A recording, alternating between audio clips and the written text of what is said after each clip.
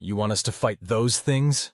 Krextal clicked his mandibles in disbelief, compound eyes fixed on the tactical display. Are you completely insane or just suicidal? The Vorkath commander's facial tentacles writhed in frustration. They're just humans. Primitive mammals barely a century into their space age. Your fee has already been tripled. Quadruple it again, and I still wouldn't take this contract, Krextal chittered, jabbing a clawed appendage at the holographic imagery. Look at them. Actually, look at them.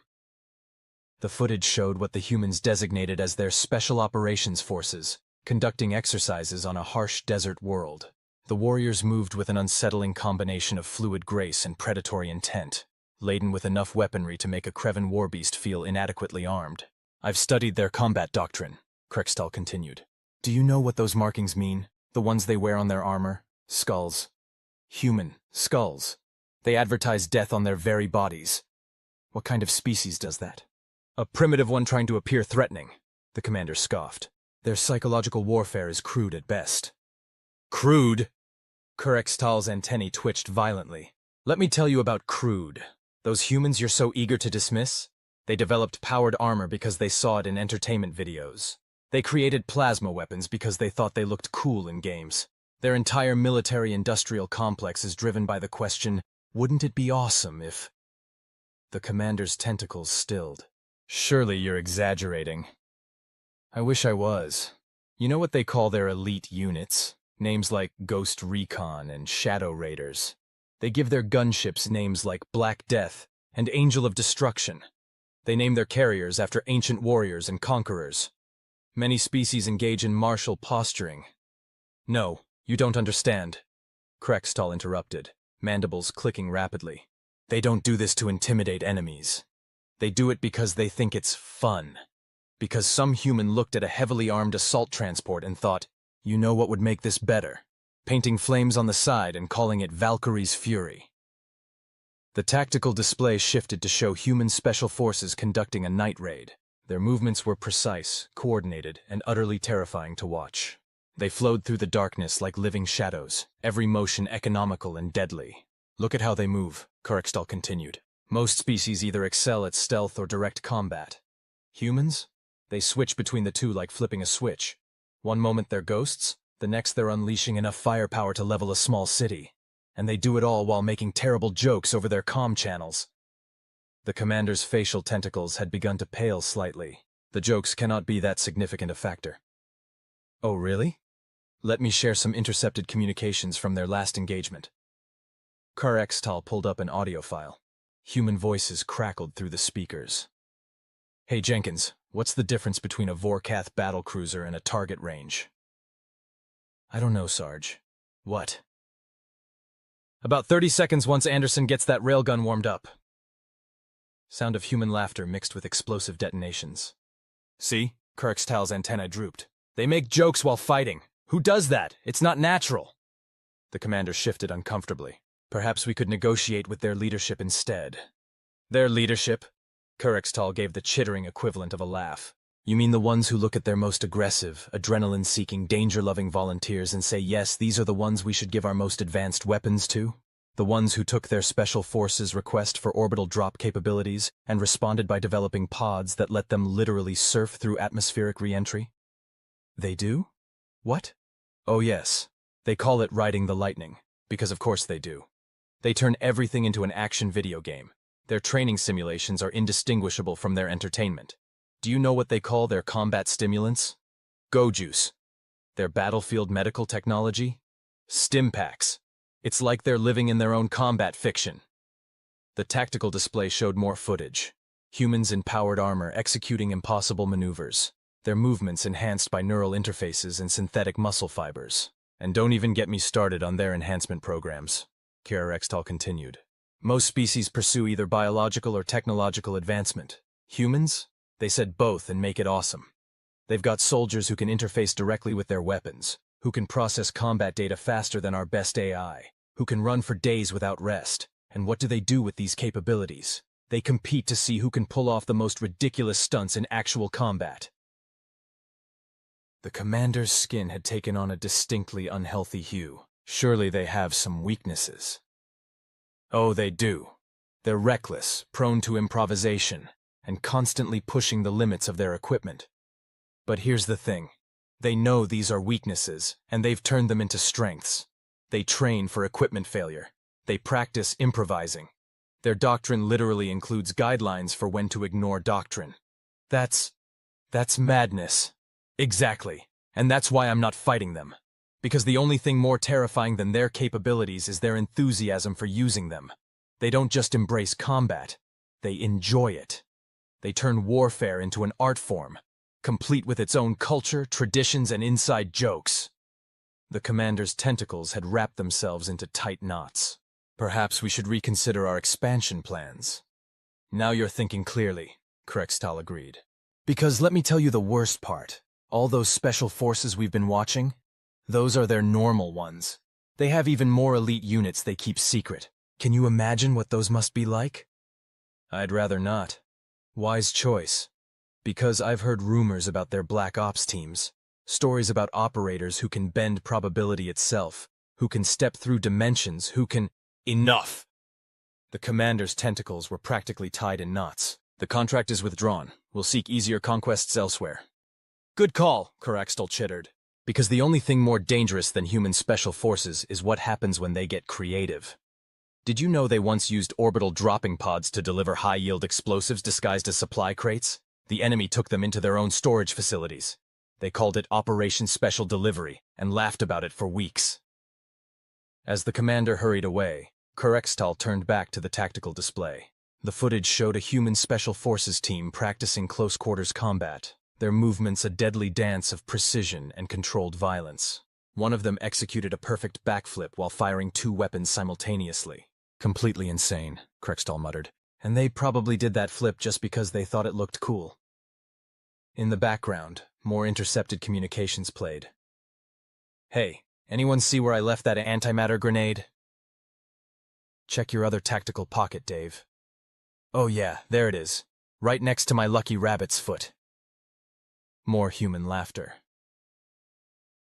Krextal shut off the display with a shudder. Let others fight the humans if they wanted. He preferred his battles survivable and his enemies sane. Besides, he'd heard the humans had recently started experimenting with something they called space ninjas, and he definitely didn't want to know what that was about. As he left the command center, he could have sworn he heard distant human laughter echoing through the corridors. Probably just his imagination. Probably, but he quickened his pace anyway. Later that cycle, when asked why he'd turned down such a lucrative contract, Krextal had a simple answer. Have you ever watched humans fight? They treat combat like a competition to see who can be the most spectacularly lethal while having the most fun. They don't just wade into battle, they choreograph it. His fellow mercenaries laughed, until he showed them the footage. They didn't laugh after that. Instead, they did the sensible thing. They updated their contracts to specifically exclude operations against human special forces. Some called them cowards. Krextal called them survivors. Because in the end, there was only one thing you needed to know about human special forces. They were the kind of warriors who looked at the impossible, grinned and said, "Hold my beer." And anyone who knew humans knew that phrase never ended well for their opponents. Remember that time we turned down the Vorkath contract?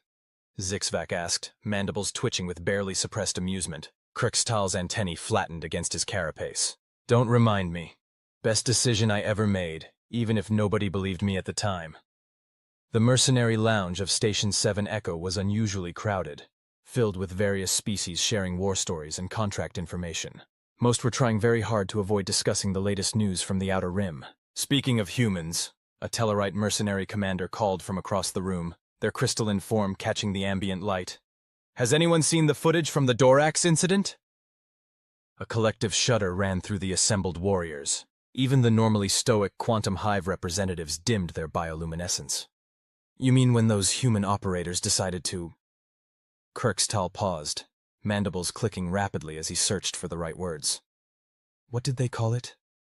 Improvise a tactical solution using locally sourced materials? That's the diplomatic version, the Tellarite chimed, their crystalline structure vibrating with suppressed mirth. What they actually said was, "Hey y'all, watch this." Those words, a veteran Mercian warrior growled, their fur standing on end, should be classified as a psychological weapon. Nothing good ever follows them. Kirkstal pulled up a hollow screen, displaying the now infamous footage. The assembled mercenaries leaned in despite themselves, unable to look away from what had become known as the incident. The footage showed a squad of human special forces operators cornered in a Doraxian manufacturing facility. The Dorax, being silicon-based lifeforms, had assumed their industrial-grade thermal processing units would provide an effective barrier against the humans. They had not counted on human creativity. "Watch this part," Kirkstal chittered, indicating a human operator who appeared to be grinning inside their helmet. This is where it goes from standard human insanity to, well, human insanity. The footage showed the operator turning to their squad. The audio crackled. "Hey, you know what those processing units are full of? Industrial coolant? Nope. Free-range tactical lubricant." What followed was a masterclass in what humans called adaptive problem-solving, and what everyone else called complete madness. The operators somehow converted the facility's thermal processing network into an improvised distribution system for their combat stimulants and explosive compounds. They weaponized the cooling system. A newly arrived quantum hive drone buzzed in disbelief. They turned temperature regulation equipment into a delivery mechanism for military-grade stimulants and high explosives, while making jokes about it being just like that one video game, Kirkstal added. Something about plumbing simulator and speedrunning strats. The footage continued, showing the Doraxian forces discovering, much to their dismay, that their own facility's infrastructure had been turned against them. The human operators had essentially created what they cheerfully called a base-wide party delivery system. "Order up. 1 extra spicy combat cocktail, coming right up. Don't forget to tip your server." Sound of explosions mixed with human laughter. "But that's not even the worst part," Zixvac interjected. "Tell them about the maintenance drones." Kirkstal's antennae drooped. They reprogrammed the facility's maintenance drones to play something called entry music whenever they breached a new section. Apparently it was for dramatic effect. The footage shifted to show maintenance drones bursting through walls while blaring what human databases identified as classical rock music. The operators could be heard arguing about the soundtrack selection between firefights. "Really, Jenkins? Highway to Hell again? It's a classic for a reason, Sarge. And this," Kirkstal continued, "is why I don't take contracts involving humans anymore. Because who looks at a hostile facility's infrastructure and thinks, you know what this needs? Background music and an improvised stimulant delivery system." To be fair, the Tellarite commander noted, their crystalline form glinting with amusement, it was very effective. That's the problem. Everything they do is effective, no matter how insane it seems. They turned basic maintenance drones into what they called party bots, and used them to distribute combat enhancers throughout an enemy facility, all while making jokes and arguing about music choices. The footage showed the final moments of the operation, with human operators surfing on reprogrammed maintenance drones through corridors filled with stimulant-laced vapor, firing weapons akimbo while shouting quotes from their entertainment media. "Remember, kids, don't try this at home. Unless you've completed the proper certification courses." More laughter, more explosions. "They recorded training videos afterward," Zixvac added quietly. "Called it Creative Resource Utilization 101, making the enemy's base your party venue." The assembled mercenaries sat in stunned silence, processing this information. Finally, the Mercian warrior spoke. "So they not only pulled off this insanity, but they turned it into a teaching opportunity," Kirkstal finished, "complete with peer reviews and suggestions for alternative music selections for various tactical scenarios." "I heard they got a commendation," the Tellarite added. "3 commendations, actually," Kirkstal corrected. "1 for mission success, 1 for creative resource utilization, and 1 for, and I quote, maintaining optimal morale through appropriate musical accompaniment." The lounge fell silent again, broken only by the sound of contracts being updated to specifically exclude any operations where humans might be present. Even the Quantum Hive representatives, normally eager for any combat data, were rapidly revising their engagement protocols. "The truly terrifying part," Kirkstal mused, "is that this is probably one of their tamer operations. Imagine what their actual classified missions are like." "I'd rather not," chorused several voices. "Wise choice," Kirkstal agreed. "Because I've heard rumors about their latest training programs. Apparently they're teaching their operators something called parkour." The mass exodus from the lounge was immediate and unprecedented. Later, when updating the Mercenary Guild's official advisory documents, Krextal added a new warning. If you hear human Special Forces operators laughing during combat, retreat immediately. If you hear them say, "Hey, watch this," or "I've got an idea," retreat faster. And if you hear them discussing music choices for their operation, surrender. It's easier that way. The advisory was approved unanimously, because if there's one thing the galaxy's mercenary community had learned, it was this. The only thing more dangerous than human special forces was human special forces having fun. And they were always having fun. In the depths of space, aboard a human special forces transport, a sergeant reviewed the footage from the Dorax incident with their team. All right, people, what did we learn? Always check the facility's infrastructure for tactical repurposing opportunities. Music selection matters. Industrial coolant systems make excellent improvised delivery mechanisms. All good points, the sergeant nodded. But you're forgetting the most important lesson. What's that, Sarge? Next time, we bring better speakers. Those maintenance drone audio systems were not doing justice to AC/DC. The resulting laughter echoed through the transport, causing nearby alien ships to nervously adjust their course. Just another day in human special forces. So, Krextal began, his mandibles twitching with what might have been suppressed laughter. Who's heard about the Nexus 9 situation? The mercenary lounge of Station 7 Echo, normally a hub of boisterous activity, fell into the kind of silence usually reserved for funeral ceremonies and bankruptcy proceedings. You mean the incident with the... Zixvac's antennae curled inward. The battle hymns? A collective shudder ran through the assembled mercenaries. Even the station's AI dimmed its ambient lighting, as if trying to distance itself from the conversation. That's the one, Krextal confirmed, pulling up yet another set of footage that nobody really wanted to see but couldn't help watching. Though the humans insist on calling it Operation Dropping Beats and Taking Streets. The holoscreen flickered to life, showing what appeared to be a standard urban pacification operation.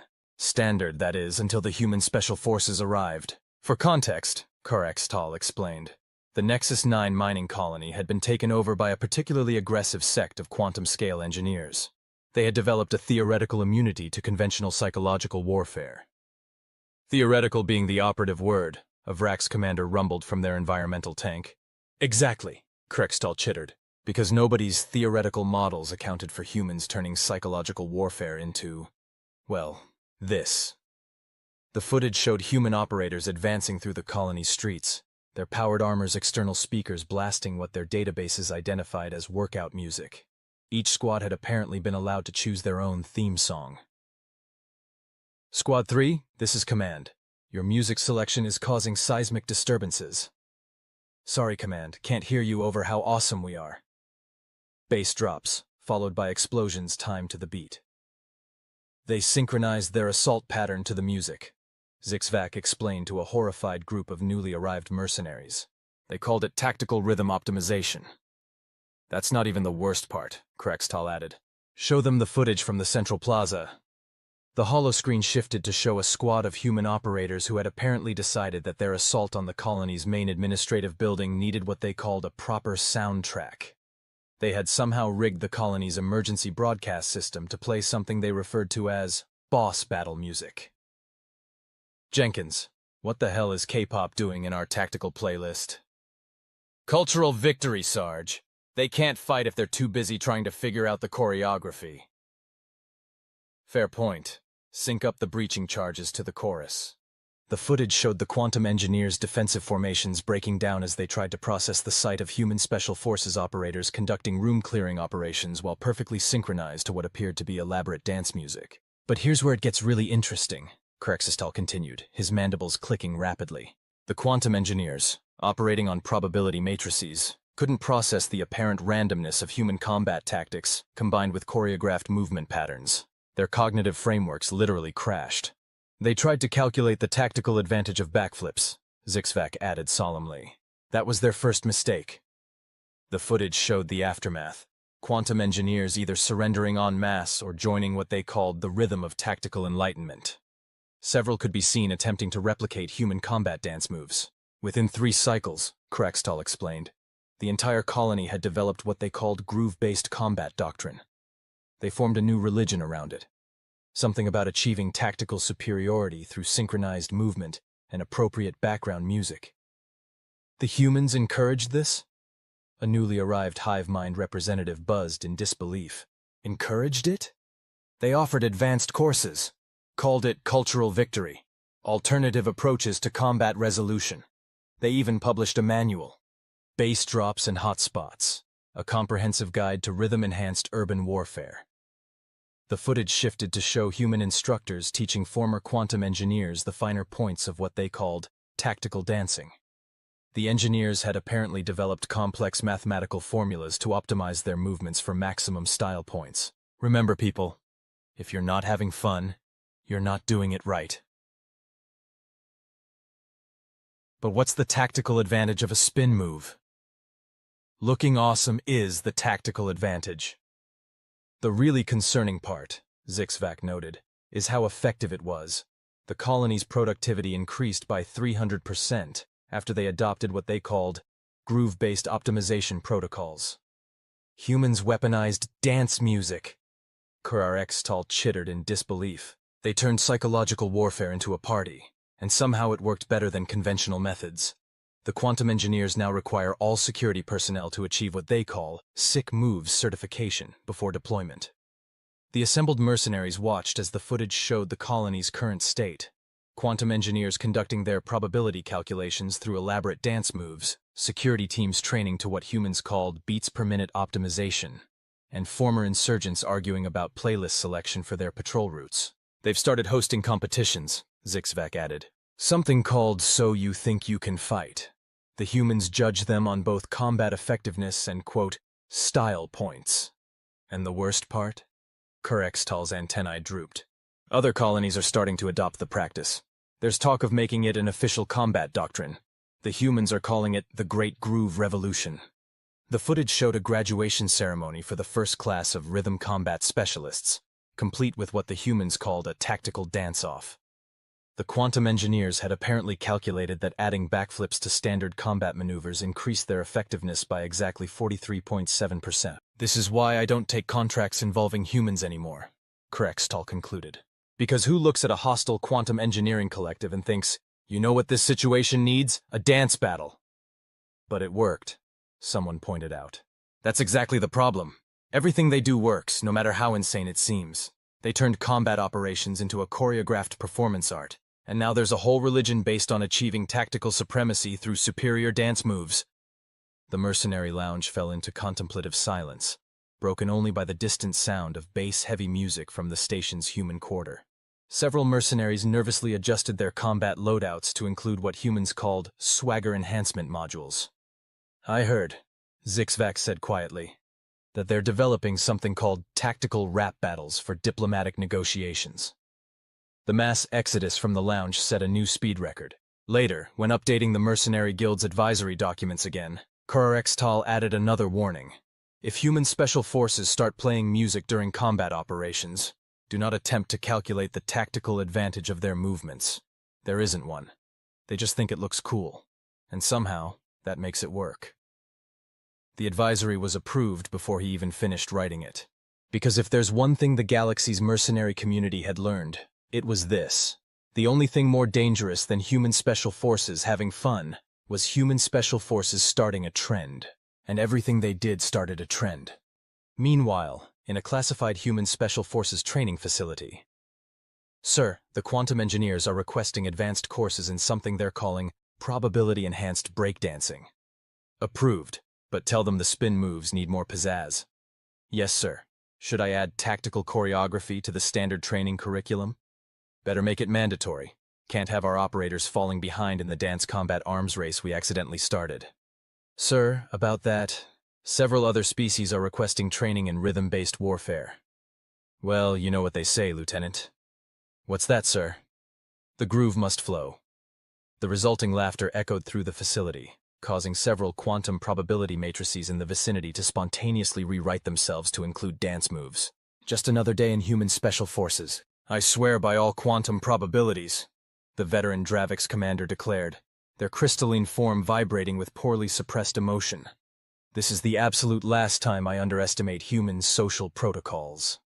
The mercenary lounge of Station 7 Echo had become something of an unofficial support group for those who had encountered human special forces. Today's session was particularly well attended, given the recent events in the Epsilon sector. "Let me guess," Krextal chittered, already pulling up his ever-growing database of human tactical absurdities. "You encountered their new diplomatic integration specialists? Is that what they're calling them now?" The Dravix's crystalline structure flickered with what might have been PTSD. "We called them the T-Team." A ripple of understanding passed through the assembled mercenaries. Even the station's cleaning drones seemed to pause in sympathy. "Oh no!" Zixvac's antennae curled in recognition. "You got the full British Special T-Service treatment, didn't you?" The Dravix commander's crystals chimed in affirmation. "We thought we had them cornered. Our forces had surrounded their position in the diplomatic quarter. We demanded their surrender, and they—" A pause. "They invited us in for tea." "Classic BSTS move." Krextal nodded sagely, bringing up the footage. "Show us what happened." The holoscreen flickered to life, displaying what started as a standard urban containment operation. Standard, that is, until the humans deployed what they cheerfully called tactical hospitality. "I say, chaps, these fellows seem rather tense. Jenkins, break out the Earl Grey." "The combat blend, sir?" "Of course. And do remember the proper china. We're not savages." The footage showed human operators, in full combat gear, meticulously setting up what they referred to as a proper T-service in the middle of an active combat zone. They had somehow managed to include doilies. "At first, we thought it was a trick," the Dravix commander continued. "Some new form of psychological warfare. Then they started discussing the proper way to hold a teacup while wearing powered armor. Remember, everyone, pinky out. It's in the manual." "Sir, which manual is that exactly?" Advanced Combat Etiquette, Chapter 3, Tea Time Tactics. The footage showed increasingly confused Dravix forces watching as human operators debated the tactical advantages of different tea blends while simultaneously maintaining perfect combat readiness. "But that's not even the worst part," the commander's crystals chimed distressingly. "They had scones." "Combat-grade scones?" Zixvac asked sympathetically. "With tactical clotted cream," the commander confirmed. "They insisted there was a proper way to apply it. Had a whole briefing about it. Called it Operation Jam First." Krextal's mandibles clicked in understanding. "Ah, you got the full Cornwall versus Devon tactical doctrine demonstration." The footage showed human operators engaging in what appeared to be a heated debate about proper scone preparation while casually disarming explosive devices and maintaining defensive positions. "With all due respect, sir, the Devonshire method provides superior tactical coverage." "That's dangerously close to insubordination, Jenkins. Everyone knows Jam First is the superior approach." "Perhaps we should consult the Queen's Royal Combat Catering Corps manual." "They had an actual manual for this?" A newly arrived Quantum Hive representative buzzed in disbelief. "They have manuals for everything," Krextal explained. "This one's called Tactical Tea Service, a comprehensive guide to combat catering, complete with sections on emergency doily deployment and proper pinky positioning under fire." The footage continued, showing the Dravix forces gradually being drawn into what the humans called aggressive hospitality. Several crystal warriors could be seen awkwardly attempting to hold teacups with their energy manipulators. "They insisted on proper introductions," the commander continued, their crystalline structure flickering with the memory. "Full titles, unit designations, preferred tea varieties. They had dossiers on everyone's tea preferences." "That would be their intelligence division," Zixvac noted. "I heard they have a whole department dedicated to what they call tactical social engineering." The footage showed human operators conducting what they called synchronized tea service with military precision. They had apparently developed specific protocols for every possible social scenario, including proper combat tea etiquette for multiple species. "Jenkins, the Dravix commander's crystals are looking a bit dull. Offer them the special blend." "The classified one, sir?" "Indeed. And do remember the proper serving temperature for crystalline life forms. We're not barbarians." Within 3 hours, the Dravix commander recalled, they had turned our containment operation into what they called a proper afternoon tactical tea session, complete with discussion groups about optimal scone preparation techniques. "But did you actually drink the tea?" Krextal asked carefully. "Of course we did. They had specific blends optimized for crystalline biology. Do you know how rare that is? They called it their Special Forces selection. Said it was a closely guarded secret of their combat culinary corps.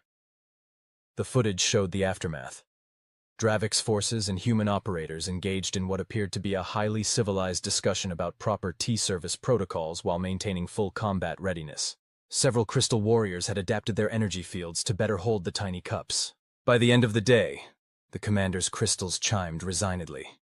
We had signed 3 trade agreements, established a cultural exchange program, and agreed to host monthly tea ceremonies. They called it Operation Steep and Keep, building better relations through superior tea service. And the scone dispute? Zixvac inquired. Ongoing.